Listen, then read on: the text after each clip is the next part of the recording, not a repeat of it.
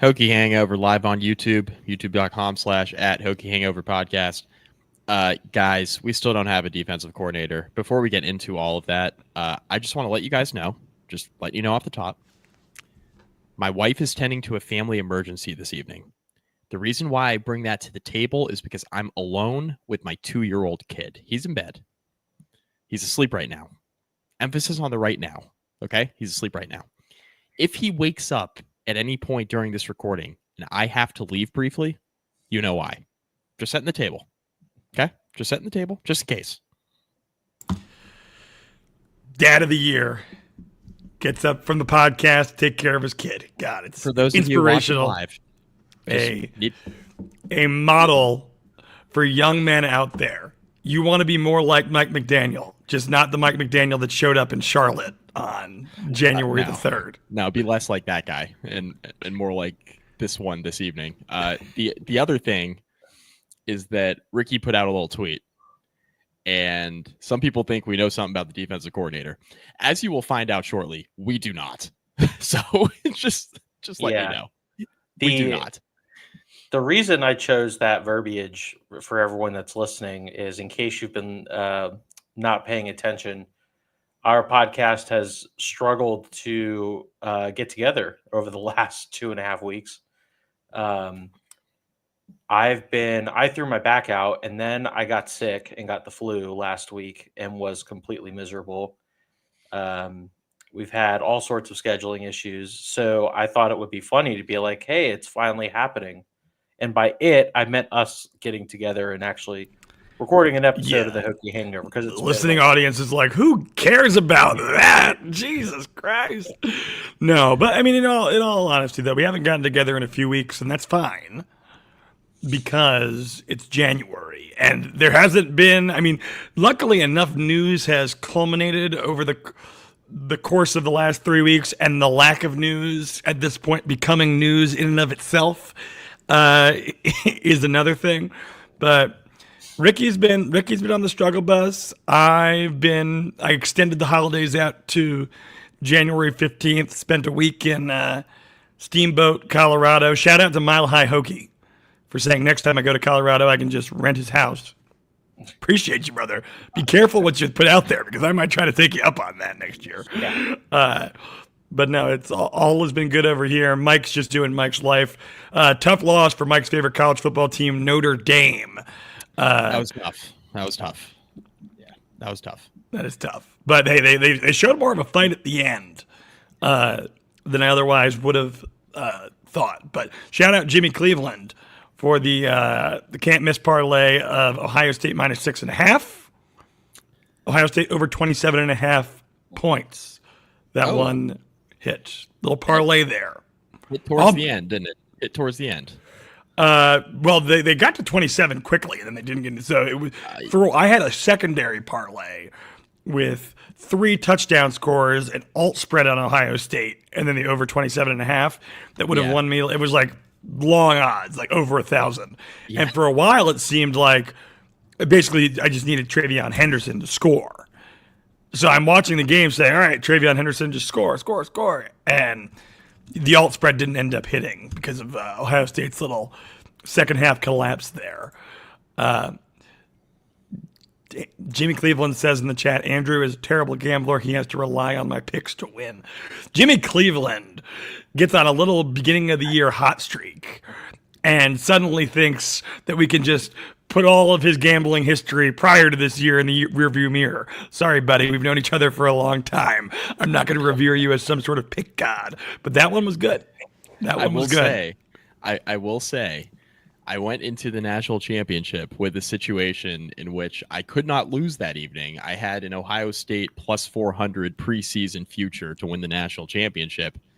If they won, obviously, which they did, that bet cashes. I also had Notre Dame +9.5 that I got it open, and under 46.5. Unfortunately, none of those hit, but the national championship future did. So shout out Buckeyes, making me a little money on Monday night. Well, while we have Mike here, and while I know Jimmy Cleveland's listening, because I would like to know Jimmy Cleveland's opinion on this. I hate to do it because I can't give credit to the guy who tweeted it because I don't remember it off the top of my head. But someone, shout out whoever you are, because I can't see it. I'm remembering this from before. Said when they put out the NFL Hokies in the playoff graphic, and the guy said, like, it's kind of sad that they don't include Hendon Hooker on this graphic, sparking a little bit of debate in the comments. Do you include guys who played for the team and transferred on the graphic? Because let's be honest, folks. Let's be real with ourselves. Going forward, there's so long as the situation remains the same at the collegiate level, there's going to be a lot of Hokies in the NFL that announce themselves as being from Alabama or Ole Miss or LSU. Yeah. So if you're Virginia Tech, do you own that? Do you put that on the graphic? Because the whole point of doing that, that's like a 50-50. That graphic exists for two reasons. 50% fan entertainment, 50% recruiting tool showing the recruits, hey, we put players in the NFL. Yeah. So wouldn't you want to claim as many as you could? You know, I think that what's going to end up happening is only the players who finish their career at Virginia Tech are worthy of the graphic. That's my opinion. It's like people are getting hung up about Georgia Amore transferring to Kentucky and whether or not her numbers should be retired. There was like the whole conversation about that briefly. Same thing. Like, if you don't finish I know she like graduated from Virginia Tech technically, and she was like grad transfer at Kentucky, but my personal opinion, you don't finish your career at Virginia Tech, you don't get to like have your number retired. That's kind of a different conversation, but anyway. Well, let's be frank here, and I think the standard would be to graduate at least to get on the graphic. Number retiring is a different story. But let's just say that Georgia Amore went to the WNBA instead of transferring to Kentucky, which she could have. You still don't retire her number, probably. Yeah. Retiring a number is a big deal. We still haven't retired Tyrod Taylor's number in football. It's like Elizabeth Kitley is obviously had such a career that it goes without debate that number is going to hang in the rafters. You could make an argument for Georgia, probably. Again, if you remove the Kentucky thing from the situation, but it's not a surefire thing. But I don't think we need to hate Georgia Amore. Yeah. The coach left. Yeah. Yeah, exactly. Anyway, sorry. We took it totally off topic, Ricky.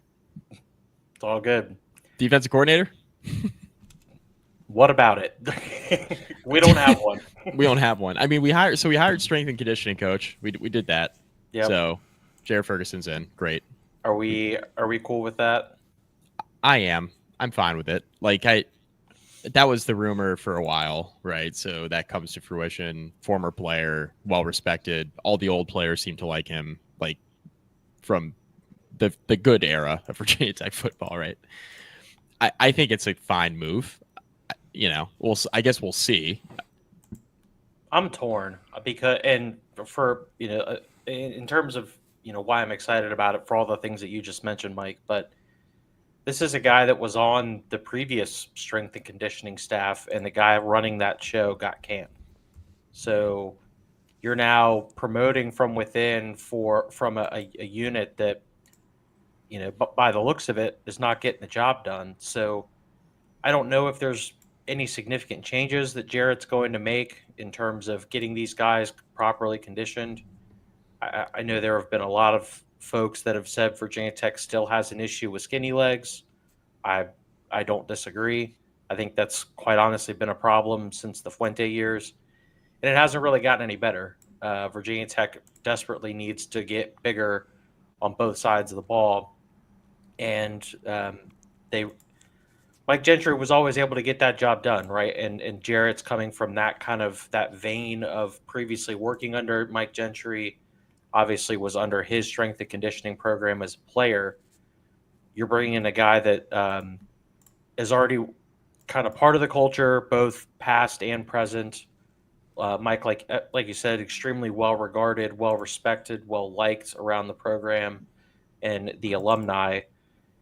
It seems like a fine hire. I'm not overly excited about it, but they could have done a worse job for sure. Yeah, I mean, my take on it, granted that I'm not in the strength and conditioning room, I'm not in the strength and conditioning meetings, I'm not out there running suicides with the players, seeing how quickly everyone's getting tired and determining whether more is required. I think the question, it becomes more of a question of in a situation where you, as an analyst or a fan, aren't going to be able to really have access to any kind of track record. Do you trust the current administration to make the right hire?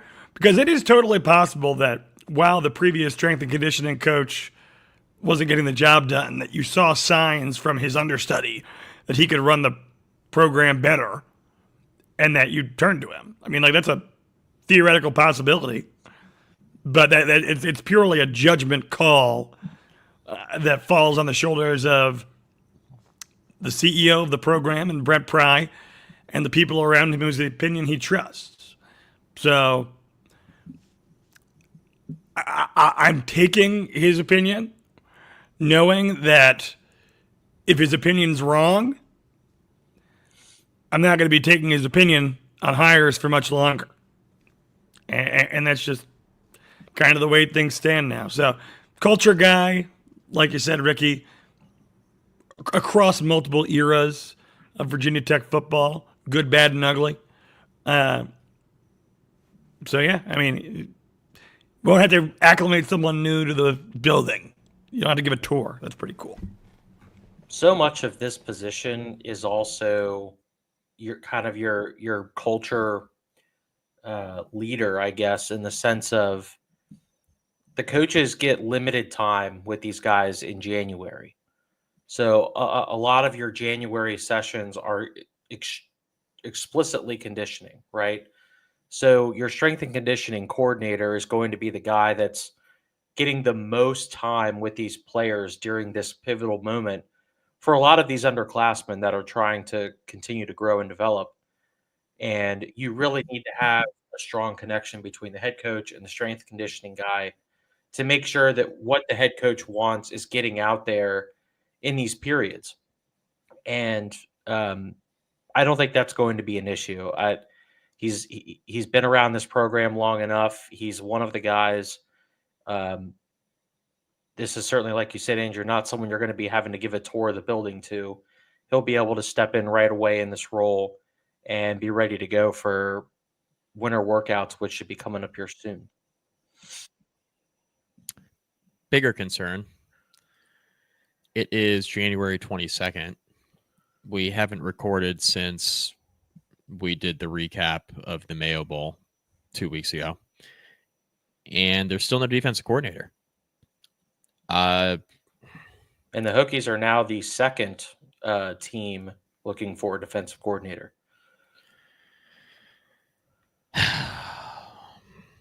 Al Golden going to the Cincinnati Bengals from Notre Dame. Notre Dame is looking for another defensive coordinator. Okay, fine. They'll be fine. They automatically jump in front of whoever Virginia Tech wants to hire, obviously. But the bigger thing for me here is that Virginia Tech, depending on who the hire ends up being, we're going to find out a lot about how the search went, right? If this ends up being a guy off of, I have no reason to believe it's off of either Notre Dame or, we'll talk. There's an Ohio State candidate that has been discussed, right? And there are rumors about Matt Guerrieri, who's the safeties coach at Ohio State, has play calling experience. He's coached under Tom Allen at Indiana, Cutcliffe at Duke. Obviously, he's coaching under Jim Knowles right now at Ohio State, one of the best defensive coordinators in the sport. That's fine, but he's a good recruiter, but he's 35 years old, and I can't help but think, even though he's called plays before, this would be his first time as a defensive coordinator, and that would be very much a wait and see hire for me if it ends up being him, because that would be a lot like Chris Marv to me, like a more experienced Marv. And maybe that's all you need. Maybe that ends up being okay, right? maybe that's fine. A guy with some play calling experience who's coached under some good staffs and has a little bit more experience, maybe a little bit better recruiter. Maybe that's all Virginia Tech needs, right? I mean, even with Marv, it was up and down. Like there were some good signs with Marv, right? There were some high points for sure. And then there were some lower points where we saw what the floor was, and that wasn't great. And obviously Pry felt like he needed to make a change, and he did. But if that's the guy, it would be kind of a wait and see.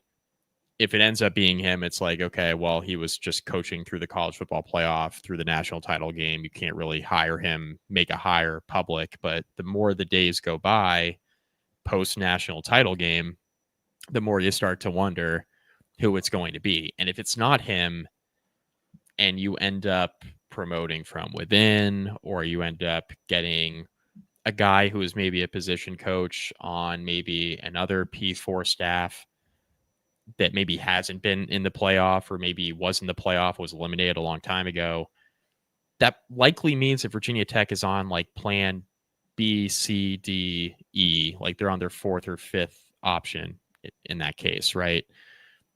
So I think we're going to find out pretty quickly about, how this search went and how many people maybe turned Virginia Tech down. Maybe we won't know that answer in particular, but I think we'll know kind of how, in general, how it went, how this search went. It's January 22nd. The more the days tick by and post national title, the more you start to wonder, okay, who's the next defensive coordinator going to be? Yeah, I think my biggest worry about this originally was this was going to negatively impact Virginia Tech's ability to bring in transfers, as they were not going to know who the hell they were playing for. And thankfully, Virginia Tech has been pretty active on the defensive side of the football this winter and have added several players who, all of whom project to at least be contributors next year. But I don't know about you guys. I'm feeling very uncomfortable about this situation. This has gone on far too long, as far as I'm concerned. We've seen all sorts of names floated around. We've talked about a few here on the show, whether it be Anthony Poindexter, Nick Sorensen, as the two that kind of got the most play on social media. Is there someone else that's waiting in the wings? Obviously, right? Because we know they've interviewed several guys at this point. The Guerreri one was a new one that's been talked about in the last few days. It seems to me, guys, that there was either a lack of a plan moving forward once they decided to move on from Chris Marv, or they just decided that getting someone in the building relatively quickly was not that important. Either way, I'm not that happy about it. Either you are slow playing this, and in my opinion, it's going to be a detriment to your football program, or you dismissed Chris Marv without a concrete plan to get someone in the door quickly. And to me, that's short-sighted and not all that of an intelligent way to go about this. So I'm a little nervous about where this is headed. If they're going to bring someone in that doesn't have legitimate play calling experience, not someone who's done maybe just dabbled in it, if they're going to bring in someone like that, I think I'm going to find this hire pretty disappointing. And I think a lot of folks are, quite honestly. Virginia Tech really needed some teeth at the defensive coordinator position if they were going to move on from Chris Marv, a guy that's kind of been Brent Pry's special project the last couple of years. And right now, it doesn't seem like we're going to get that. Any of the guys that have been mentioned for this position, none of them are experienced coordinators from elsewhere. They're either guys that have dabbled in play calling or don't have experience at the college football level as a play caller. Yeah, I'm not all that thrilled about how this is going. I have no inside knowledge on this. I have no idea where they are in the process, but it certainly does not help now that you're going to have another competitor. Now, with that being said, I don't know what kind of crossover there could be between who Marcus Freeman is going to be looking for at Notre Dame and who Brent Pry is looking for at Virginia Tech. I'm not sure what the candidate pool looks like over there in South Bend, but regardless, this is a pretty perilous position, and Brent Pry needs to get this figured out pretty quickly. So for me, it's obviously concerning. It's also a wait and see, right? I mean, if they come in and it's some home run hire and it makes a lot of sense, maybe it was worth the wait. But my question is, like, how many recruits are you losing on the trail in this transfer portal period that weren't willing to commit to an unknown? Yeah, because And is that the because you hear about the ones that commit, right? But you don't hear about the ones that don't in a lot of cases, right? Behind closed doors, to your point. Yeah, I mean, you see, obviously, like, Virginia Tech has done what seems to be a pretty good job with the transfer portal. But, like, if these guys were willing, or who knows, maybe there's a backwards world where not having a defensive coordinator helps you. But, I mean, the guys know what defense they're signing up for. But it's even knowing that you're committing to a coach, you're committing to a personality, you're committing to a guy that's going to effectively, in the modern age of collegiate professional sports, be your boss for the next year. And I can see guys not wanting to do that. And the reality is, like, time is of the essence for this tenure as a whole, right? Like, you need to get someone in the building soon, familiarized, and ready to roll. Because as we've talked about on multiple occasions before, this roster has some work to do. They've made some good additions. You hope for some good development. But this isn't like get out right the box and we're good to go. Like,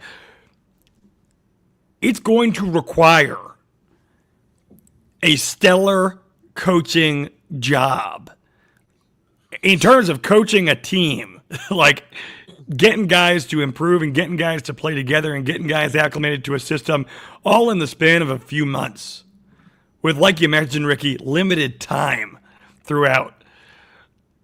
And the longer you wait, you're just putting one very important key member of your staff behind a little bit of the eight ball in terms of, there's a shorter preparation time, shorter time to get it all together. So might it be worth it for the right guy? It absolutely could be. And we're going to have a podcast when that name is announced where we'll prognosticate whether it was worth the wait and whether it was the right guy. And God knows, none of us are going to know until September rolls around and beyond, right? When we can see how it actually works out. But on paper, straight up, the longer you wait is a bad thing in this situation. And that's what concerns me, Rick. Yeah, and it seems like there's a general lack of clarity around the program too. I mean, folks that normally have an idea of what's going on when it comes to this stuff don't have an idea of what's going on when it comes to this. That could very well be a good thing that Brent Pry's able to play this close to the chest, but Virginia Tech is in a position where this is a really important year, obviously, for the entire program. And to kind of address Hokie Lawdog's question, why would an experienced coordinator come to Virginia Tech to coach with Pry in a make or break year? Same reason why Matt Moore made the trip too. Just because it's a risky situation doesn't mean that the money may not be right and you may not be able to make a name for yourself as an assistant. If Brent Pry was able to get Matt Moore to pick Virginia Tech as a really good landing spot after what happened at West Virginia, there's no reason to believe that he shouldn't be able to find someone that meshes with his defensive philosophy and scheme that he can bring to this program and try and help turn things around. Otherwise, guys, if there was no plan on how to attack this, then there was really no point in firing Chris Marv. I made the case when Marv was let go that I didn't think he was the coordinator that had earned the pink slip. Virginia Tech's defense statistically was better than the offense this year. Marv dealt with significant injuries, as did Tyler Bowen. But Chris Marv's defense was not great, but they were not awful either. They have been pretty respectable, and Brent Pry decided that move needed to be made regardless. And I was okay with the move as long as there was a plan to get someone better in place. And the longer this goes, the less confident I am that that's going to happen. And look, I'll play the benefit of the doubt. Like, you do need to get this right. You need to get it right.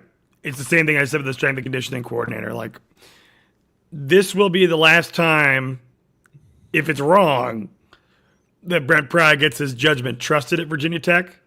Yep. And perhaps he looks in the mirror and, takes the 2020 hindsight and says, maybe I didn't think deeply enough into the Marv hire in the first place. But like I mentioned before, I just think there's a downside to waiting from a recruiting perspective and from an overall preparation for the season perspective. And you would hope that this comes to a conclusion swiftly. Though you did mention Notre Dame jumps in front of Virginia Tech in line for the coordinator. It's not like that. Like, come on. Like, they're fishing from a totally different pond. Well, and like I said, I don't know are. what kind of crossover there is there, right? I don't know if there are any guys that Virginia Tech could have potentially interviewed for this position that Notre Dame would also be going for. But if there is such a scenario where those two are going after the same candidate, you can bet your ass that Notre Dame is going to be getting the guy. Yeah. From a money standpoint, from a job stability standpoint, from a championship pedigree standpoint, just a lot of, I think the issue that you run into, and I think the point that Hokie Law Dog mentioned is well taken. I think there is a degree of, a young coach, I think, is going to be more attracted to a defensive coordinator position at a school like Virginia Tech than a veteran coordinator would be at like the P4 level. I didn't think that it was all that realistic that Virginia Tech fired if Virginia Tech fired Chris Marv, they were all of a sudden going to be able to land like some power conference coordinator from another school that's had some level of success. It didn't seem realistic to me, right? Like, Pry has just gone through 3 very up and down years. He's going into a year 4 that seems important. It just doesn't seem like they'd be in a position of strength from a hiring standpoint, right? And I think that if you fire Chris Marv, you have to have a general idea of what you're going to do.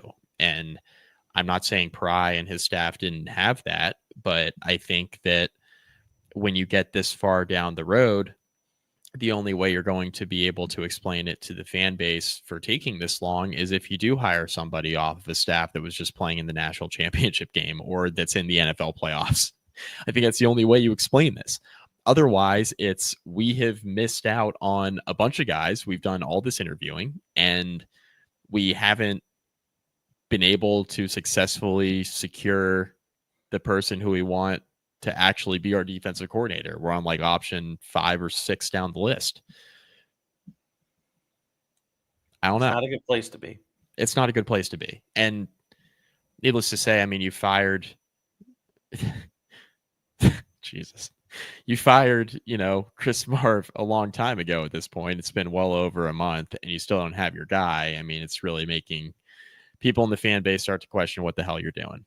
And, I think as long as the coach you end up hiring works out, nobody's going to care that it took this long to hire him, right? Nobody's going to care. Like if somebody comes in next season and coordinates a top 25 defense, you think anybody's going to give a shit that it took like 40 days to hire? No, nobody's going to care. They're just going to be happy that you're coaching a good defense. So you got to get it right. And I just have a feeling, and based on what Ricky said, I think it's right on the money. Whoever Virginia Tech gets, I feel like at this point, it's going to be a wait and see. Like there's not going to be a home run defensive coordinator hire at this best, point in the game. It's a wait and see. At best, yeah. I don't think it's going to be like a home run hire situation. There's a chance that they hire somebody and I'm immediately pissed off. A Justin Hamilton hire, if you will. Oh God. Speaking of promoting from within, like, so, I mean, on a scale of like 1 to really angry, let's play this out. What if I told you that the Duke's Mayo Bowl was not the final game that Sean Quinn would coordinate for Virginia Tech defense? I mean, the possibilities out there. I mean, the possibilities out there. I'd be pretty hot. I'll tell you that. I'd be pretty hot until they show up with a new defensive coordinator. Yeah, the Sean Quinn option is on the table right now. If you could bet on it in Vegas, Sean Quinn would probably be the single most heavily favored person. Now, if you did Sean Quinn versus the field, you'd probably give it to the field. But at this point, from what we know, the leading candidate is Sean Quinn. Now, that being said, they're not leaking. That is clearly intentional. I think that when stuff gets leaked mid-season, it's because they're not as intentional, and sometimes they want people to know things. But the only time I can remember their lips being this tight is on the eve of hiring Pry, when that just came totally out of the blue and everyone had thought that we were going to be talking about Virginia Tech head football coach Bill O'Brien. I mean, and people remember, like, that had become a consensus. And then it just went completely in a different direction. So, again, okay, how about this? Oh, boy. Today is the 22nd of January. We're recording at 10:30, though. So by the time you guys listen at the earliest, unless you're listening live, it's the 23rd. Should have noted that off the top because that's really important that we timestamp the podcast. Timestamp guy. Where's timestamp guy? I know. But by the time the Eagles-Commanders game, speaking of football, but this is the football that brings joy to my life recently. God bless you, Jaden Daniels. By the time that game comes to a conclusion at 6 o'clock Eastern Standard Time on Sunday, will there be a defensive coordinator named? Well, since you bring that up, I'm gonna throw his name out there. There's somebody on that staff, Andrew, that I don't know. What, you think they're going to bring in Daryl Tapp as the DC? Could be a candidate. I don't know. It's a possibility. Daryl Tapp, maybe. That would be something. Daryl Tapp's never called a defense before. No, he hasn't. But that I'd rather have Sean Quinn. I hate to say it. Like, in this situation, give me Sean Quinn. I don't know if he has any desire to come back to the college ranks after now 2 different stints at the NFL level with 2 different teams. But I mean, at this point, I'm not crossing anybody off the list in terms of who it could be. I mean, Fuente didn't even choose Daryl Tapp over Justin Hamilton, but now we're gonna go to the Daryl Tapp. Well, I mean, sure. Justin Hamilton return also still on the table. Can't rule that out. Oh God! All right. Anyway, let's move on. Andrew, I have no idea if we're going to have a defensive coordinator by the time that game is over. Who the February 1st? Do we have a defensive coordinator by February 1st? Can you guarantee that for me, Ricky? I can't guarantee that all. No, I cannot guarantee that. What may be a more fun prop bet would be can I or can I not guarantee that another Virginia Tech transfer will get arrested by February 1st? Look, they are come on down. They are taking after Georgia football. It's a philosophy thing. What a way to welcome yourself to town. Stay off the weed. And you can't stay off the weed. Yeah.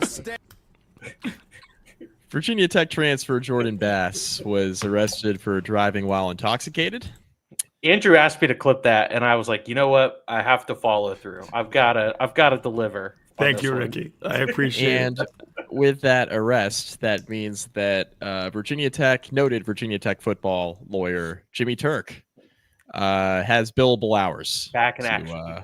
Yes, back in action. That man will never be out of a job. Not as long as you want the football program to be good. I'm just kidding. Nope. I'm just kidding. Everybody want them to be upstanding citizens, not like Georgia's football program. Well, Anyway. I have a feeling that this will be a non-issue, though, to yes, all of the I young would men that listen to us, which actually is not the demographic that we get. All of you guys are like listening right now are between the ages of like 26 and 40. Bunch of millennials. That's what the numbers reflect. But to any young men, college age that might be listening, don't smoke pot and drive. And if you do, don't have the pot on you and smell like pot. Noted legal Good advice news. from Andrew Alex. Legal analyst Andrew Alex. Hey, I was a poli-sci major. Come on. Good news here. Really? I didn't know that. I didn't know Double that. major. Anyway, Yeah, good poli-sci news and here. com. Uber's not that expensive. Did not- That's all I'm going to say. Uber's not that expensive. Get an Uber. Uber's not that expensive. Also, good news for Jordan Bass. These are misdemeanors. So if you're going to commit a crime, commit a misdemeanor. That's what I always say. So that's just kidding. Just kidding, everybody. If you're new to this Fatherly podcast, advice from Mike McDaniel. Yeah. Says the that's- guy with a that's all. 2-year-old sleeping in the other room. Well, let my toddler know. If you're going to commit a crime, commit a misdemeanor. Just kidding, everybody. Just kidding. It's a good thing your wife doesn't listen to the show. She wouldn't expect anything different with the things that I say. Truthfully, haven't scared her off yet. So anyway, yeah, I expect this to be a non-issue. I would agree. I don't think this is something you get kicked off the team for, but he's probably going to have to run some extra wind sprints. Is what I would say. Does Jordan Bass make a bigger impact on the field than this has an impact on his football career? God, I hope so. I would hope so. Dear God. Count me in the wait and see group, boys. Oh, jeez. We talked a little bit when he committed, and I told you guys I was not impressed whatsoever. And Mike tried to sell me a little bit on him that he had a ceiling and just hadn't really had an opportunity yet at Pitt. Sure, It's whatever. possible. It's also possible that he sucks. But but it's the summer of wait and see, folks. Yeah, there's a ton of wait and see. Although there's a few guys on here that are not wait and see as far as I'm concerned. Braden Bennett from Coastal Carolina. Guy had almost 1,000 yards from scrimmage last year and 13 touchdowns. Pair him up There with should Carryon be- Stewart in the back. There should be a running back that is able to contribute on this team next year. Like we've compiled least enough of one. them.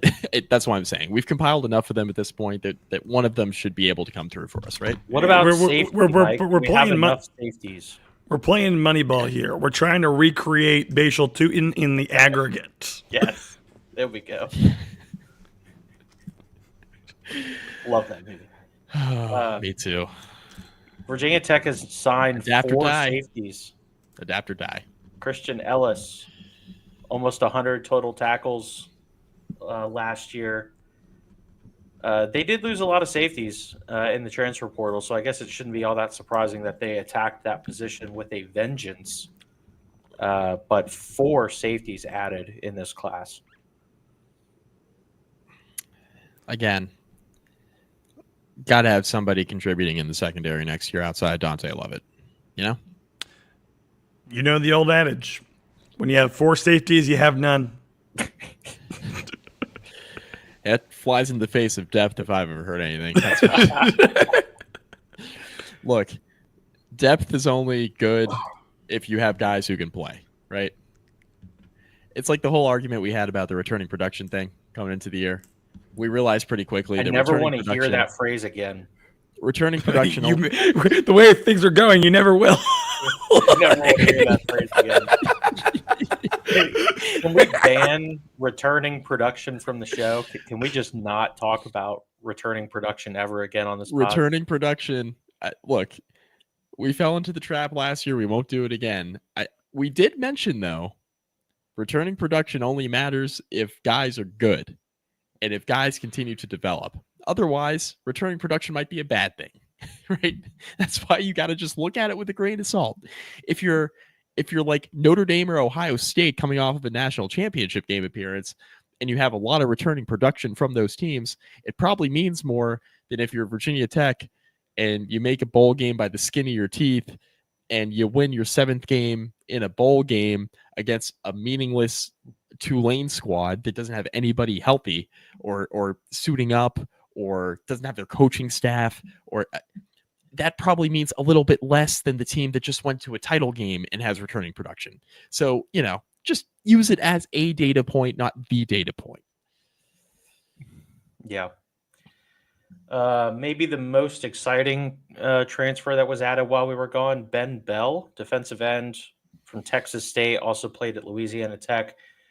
In 2023, had 16 tackles for loss, 10 sacks, was injured going into last season, ended up only playing 4 games.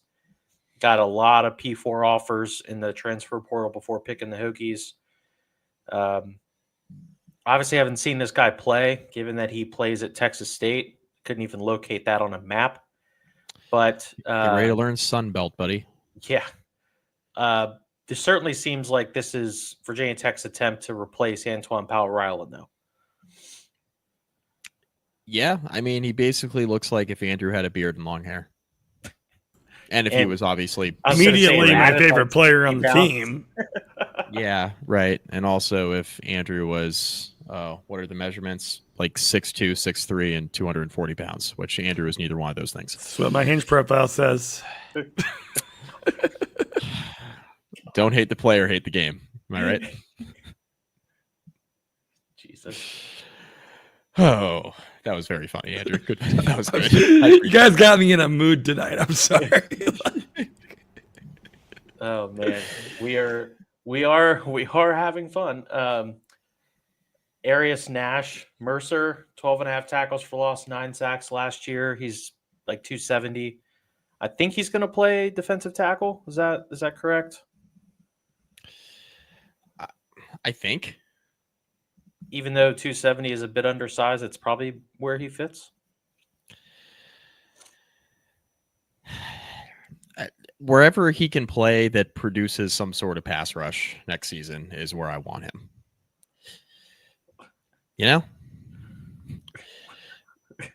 I have a very low bar for this defensive line next year. And you guys are laughing at something different. Yeah, sorry. Any sort of pass rush. Full disclosure for everyone that's watching and listening. We have a private chat here while we're recording.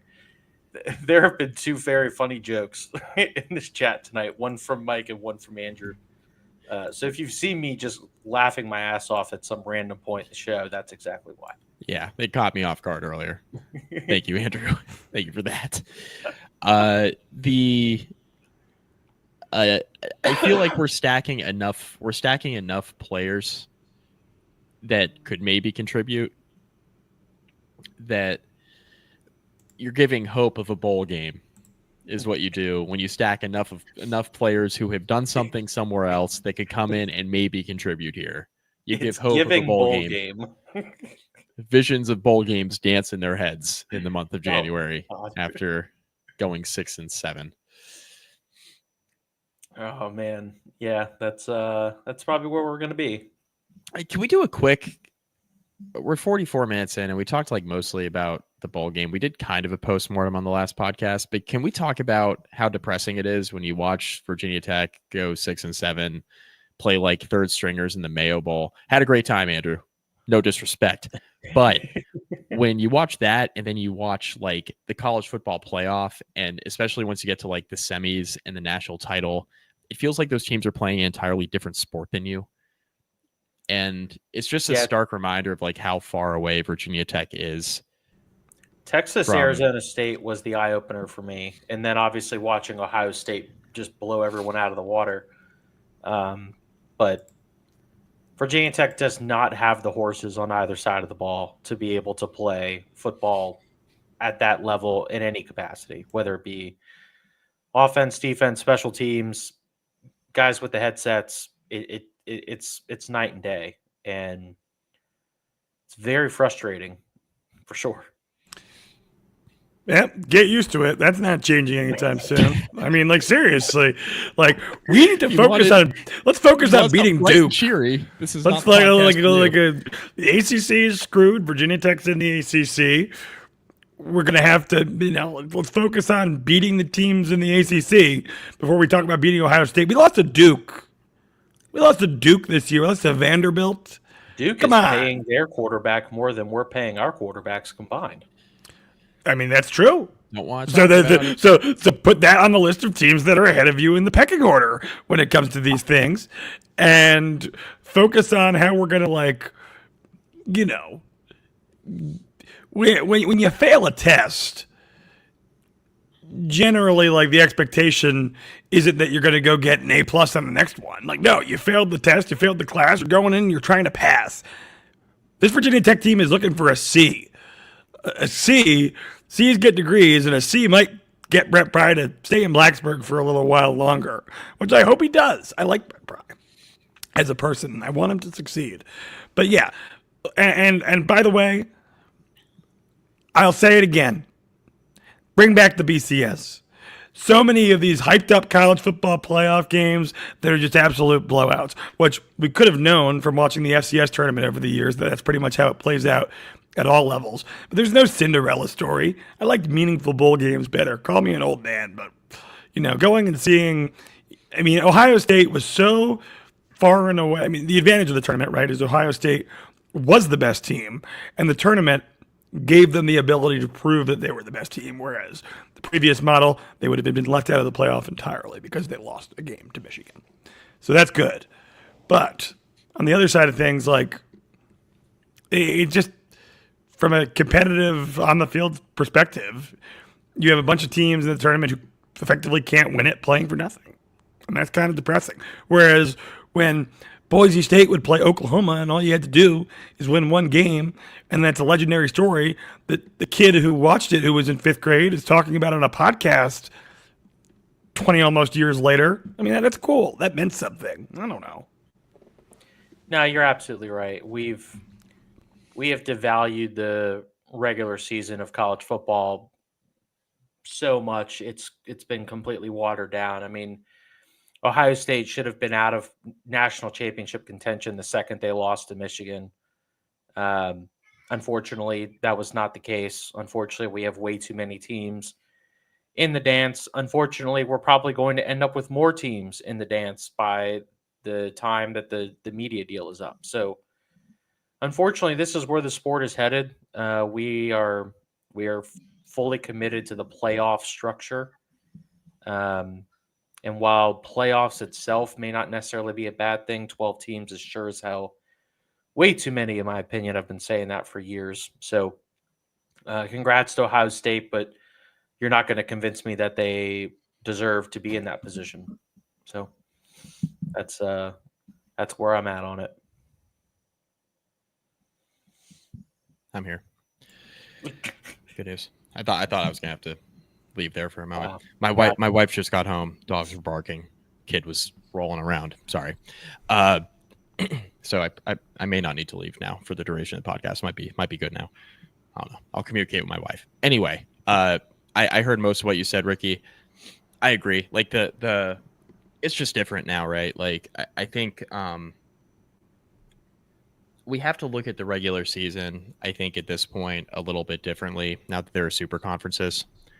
Again, I've talked about at length on this podcast, like, I don't love the direction of college football. I do think this was one of our most exciting, most fun regular seasons in a while. I thought bowl season, like even the non-playoff games in bowl season, were really, really good. for the most part, and I thought the playoff was good. Like there were a lot of good games in the playoff, fun games. There were a few blowouts, but in total there were some fun playoff games. So I think it was a really fun college football season. I try not to look at it through the lens, and I totally agree with what you guys said in terms of like Ohio State losing to Michigan, and ordinarily they would have been left out, and you devalued the regular season. But I also think you're in a position now where, with these super conferences especially, schedules that were always uneven, right? Because you pick your non-con, and the regular seasons and the conferences that used to exist with divisions and stuff like that, they would be uneven by nature, or even more so now that you have the super conferences, to the point where we have to rely on crazy tiebreakers to determine who's going to conference championship games. The ACC put out a crazy proposal that hasn't been voted on yet about potentially giving the one possibility is potentially giving the team that finishes first in the conference for the regular season a bye, and having the number 2 and number 3 teams in conference play for an ACC title. Basically, what the goal of that would be is that Commissioner Jim Phillips would essentially be protecting the number 1 regular season team in the conference from losing the conference title game and being left out of the ACC championship, or the college football playoff, right? Because the concern was that, Clemson was essentially like in a bid stealing situation with SMU, who was one of the best teams in the conference the entire year. Clemson was in a bid stealing situation because they lost a few games, and really their only path to making the playoff this past season was winning the title, which they did. And the concern was that SMU, who was a consistently really good team all year long, would be left out.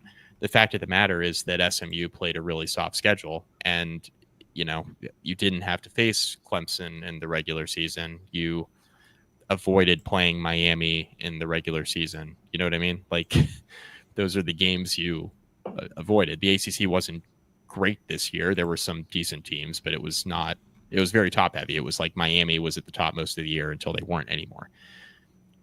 All that to say, like, with these super conferences now, you have a really hard time determining which teams are actually good, because you can go an entire year and be like, has that team actually played anybody yet? And that was the question that rose to the surface with SMU, and then Kevin Jennings stroked out against Penn State and made it like a million times worse.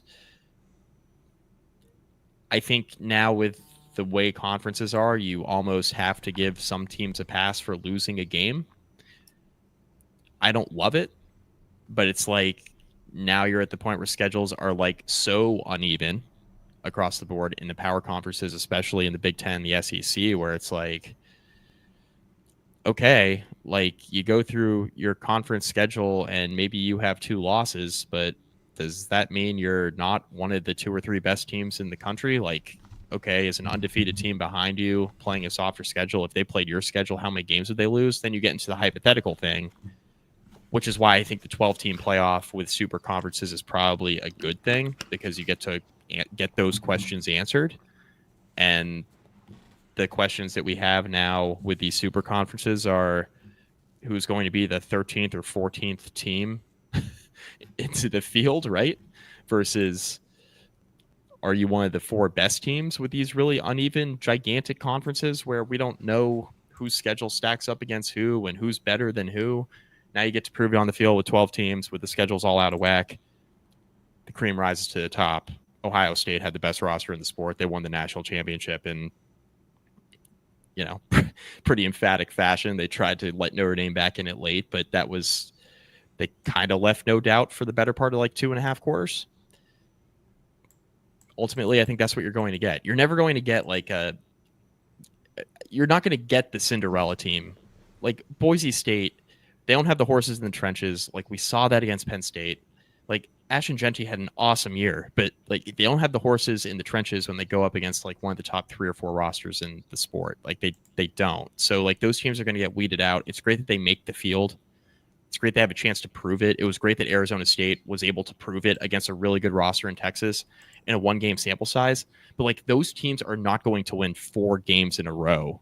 You know what I mean? Like in January. It's not going to happen. They're not going to be able to pull that off 4 times. They almost pulled it off against Texas. It was almost fantastic, right? It would have been a great story. But they're not going to beat Texas and Notre Dame and Ohio State and Oregon. You know what I mean? They're just not, it's not going to happen that way. It became an access thing. I think we expanded too large. I'm on a tangent now. You know, I don't love the way things are going, but the regular season ended up being more fun than I anticipated, even with the expanded playoff that I hated. So whatever. It's fine. I enjoyed the playoff. I enjoyed bowl season. I enjoyed the regular season. That's just kind of the state of the sport now. Kind of is what it is. We don't have to like it, obviously, but we'll still be watching, which is why they keep doing whatever they want because they have the money. Yep. And we're going to continue to get in the car and go along for the ride with them. That's just the way it's going to be. Well, Mike, if you enjoyed the playoff, just wait until you get to see the next round of realignment. I know that's going to make you love it even more. I am hoping, and I think we're done with the big, huge, gigantic realignment for at least a couple years. Famous last words. But like, makes one of us. I think I don't know who.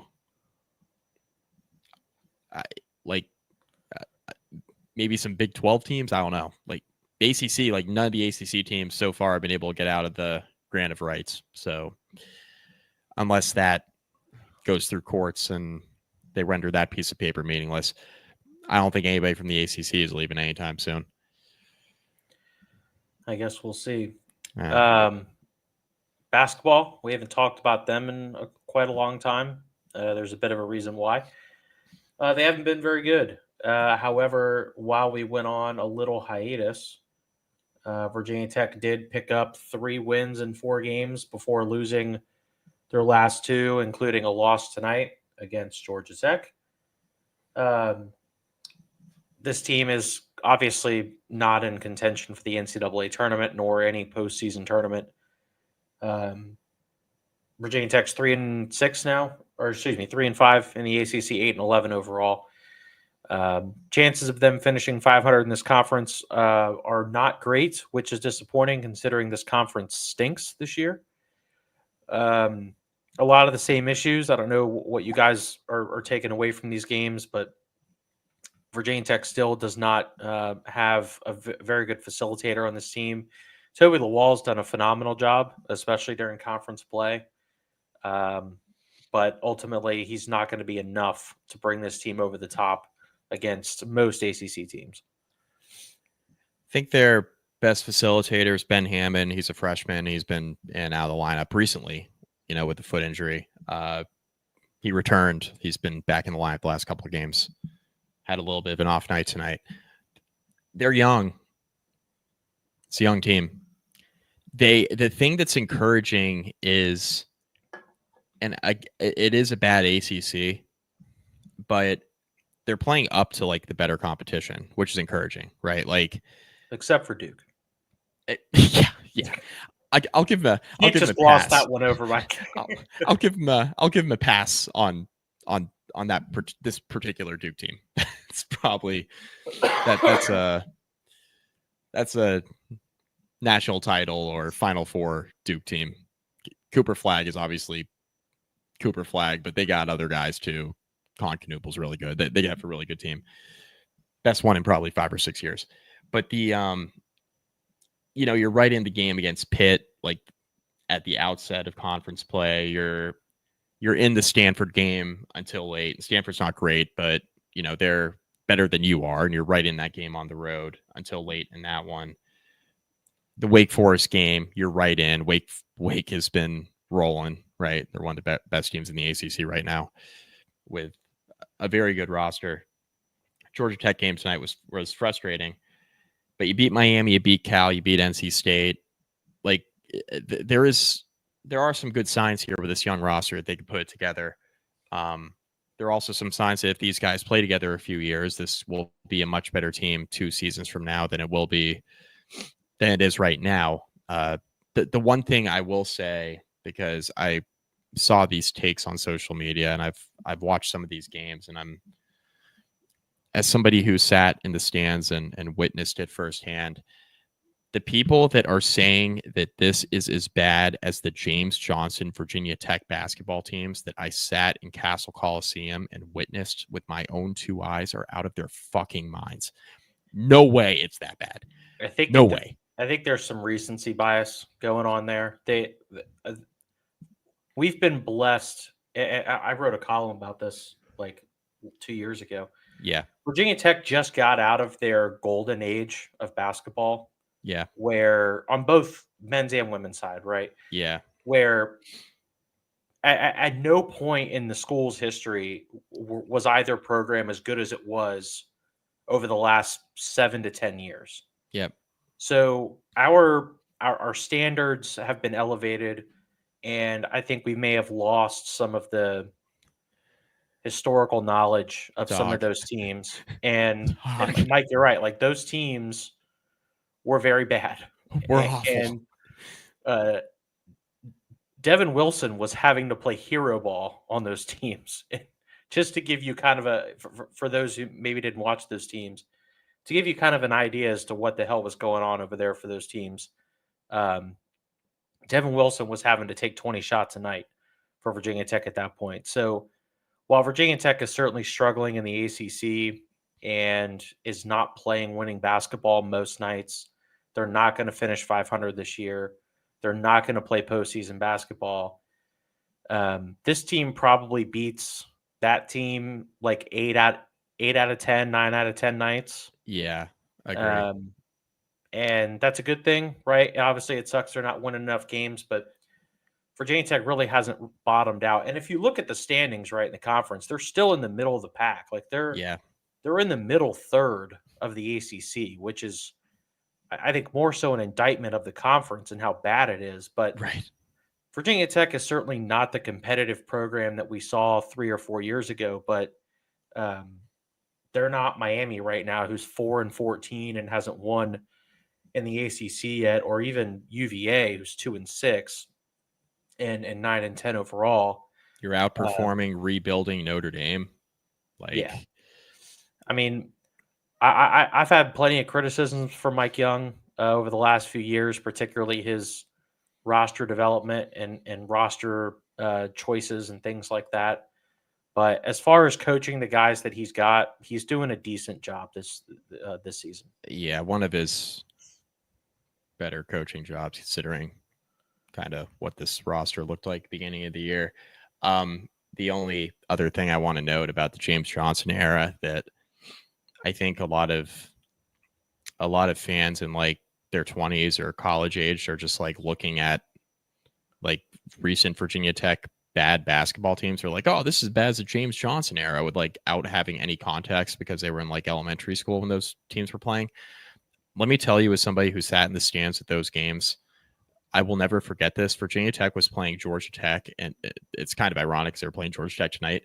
Virginia Tech was playing Georgia Tech at home at Castle, like, I don't know, 12, 13 years ago. And I had season tickets with one of my roommates, shout out Johnny. And we literally just like walked down to the floor, sat like 2 rows from the floor, like in half court, because there was nobody at those games. And those rosters were so bad that the Devin Wilson roster, Ricky, that you were alluding to, where it was like the Devin Wilson show, there were 2 at one point during that season, like late in the year, there were 2 walk-ons starting on that team. Will Johnson and Christian Byer were starting on that team. There were 2 walk-ons in the starting lineup during ACC play. So at least we got all of our guys on this roster on scholarship. Okay. The guys who are playing significant minutes are on scholarship. Okay. That alone should tell you everything you need to know. So when Ricky says 8 out of 10 times, he is right. Like, these players are more talented than whatever the hell I had to watch when I was in college. Rant over. James certainly did not have a Toby Lawal on that roster for sure. No. He's a solid as hell player for sure. Yeah. I don't have much to add other than the fact that, yeah, I mean, if you think this is a Mike Young problem, you're ignoring the larger issues of how we got to this point, which has to do with an overall lack of preparation for the NIL era, which, You can put some of that on Mike Young, but you work with the resources you have. I think he's been doing an okay job with the resources he's had. At least we can beat Cal. We can beat Cal in basketball. It's a new bar, but we've cleared it. Anything else, boys? We've gone about our customary hour and some change. What was I going to add? Shout out to Lanto Griffin, currently, at the time of this recording, in 4th place at Torrey Pines in the Farmers Insurance Championship. I attended that tournament last year. Beautiful course, Blacksburg native, Lanto Griffin. Virginia Tech wouldn't give him a scholarship either. Everyone talks about Steph Curry. No one talks about Lanto Griffin. And big shout out, monumental, massive shout out to my man, Chase Muma, former Virginia Tech quarterback, defensive coordinator, baby, promoted to defensive coordinator at Tennessee Tech at the ripe age of, I believe he's still 26. So Chase Muma on the rise in the coaching world. If we take long enough, maybe he'll be the next defensive coordinator at Virginia Tech. Who knows? Perhaps he got an interview. We just don't know. We've already passed over the top candidate. The Bobby Wilder coaching tree, man. It's very important that you pick from that if you want sustained success. Yep. All right. We'll be back soon. Hopefully sooner rather than later to talk about a defensive coordinator. Regardless, we'll be back in a little bit. I guess transfers can still pick their spots. Andrew, go ahead. I have one more point to make because I thought of this earlier today. If you're listening still at this point, you must really like the program, so thank you.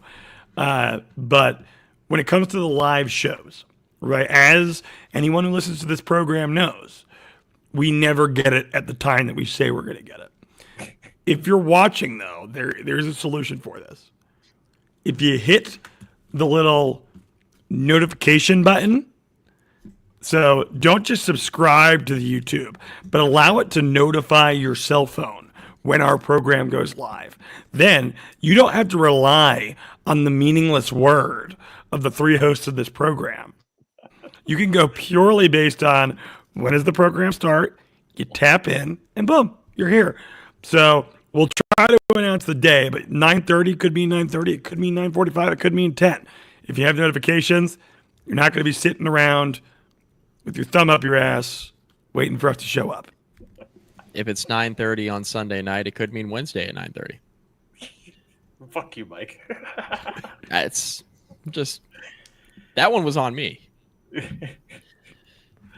Oh man. So. All right.